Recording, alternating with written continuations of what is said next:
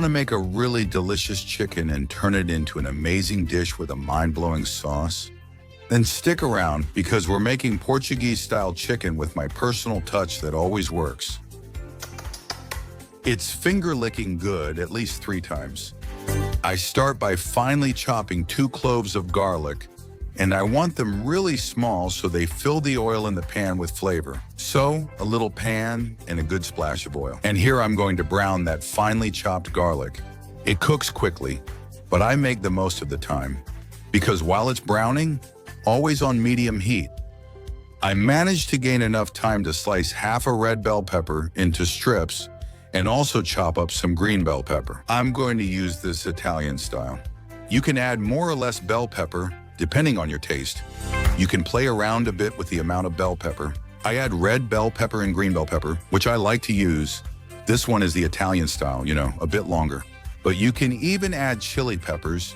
You can also use yellow bell pepper or whichever one you like best. I'm also gonna chop an onion and I'll slice it like this so I get pretty thin strips. Add both the bell pepper and the onion to the already browned garlic. And we're also gonna add a pinch of salt. Don't overdo it, just a little bit. We give it a few stirs and let it cook. While preparing the chicken, I use only drumsticks since they're my favorite, about 1.5 kilos on 2 trays.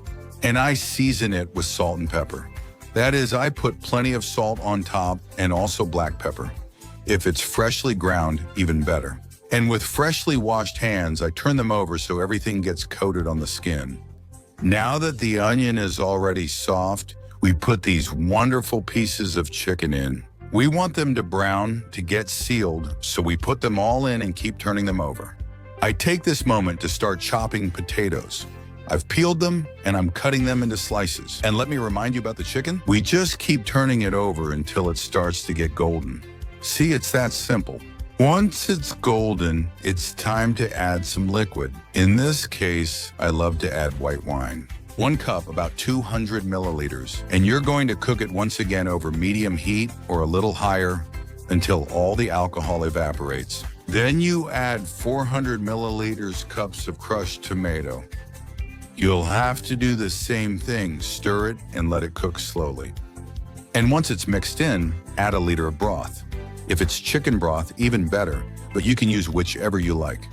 While it's cooking slowly over low heat, we take the opportunity to fry those potatoes we cut earlier in plenty of oil.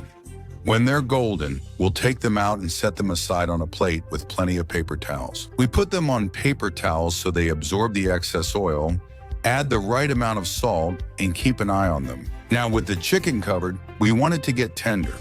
When you see it's almost cooked, add half a cup of peas. In my area, we say arvejos, but elsewhere it's arvejas. What do you call them?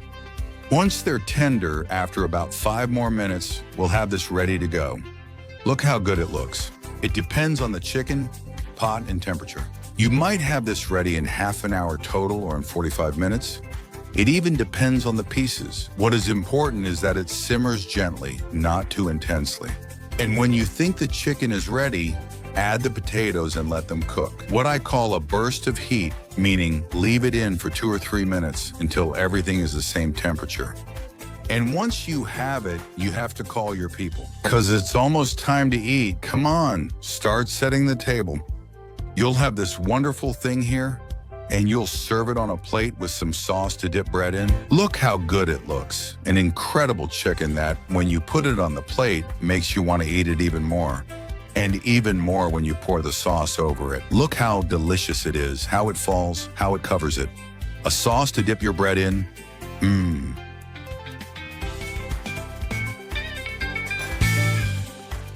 How incredible. You even enjoy savoring the last drop of sauce left in your mouth. Try it, you're going to love it. And since I'm talking with you for a bit, I'd like you to tell me, where are you watching the video from? And what's your favorite chicken recipe? I'm sure we'll travel all around the world, among other things, at my place.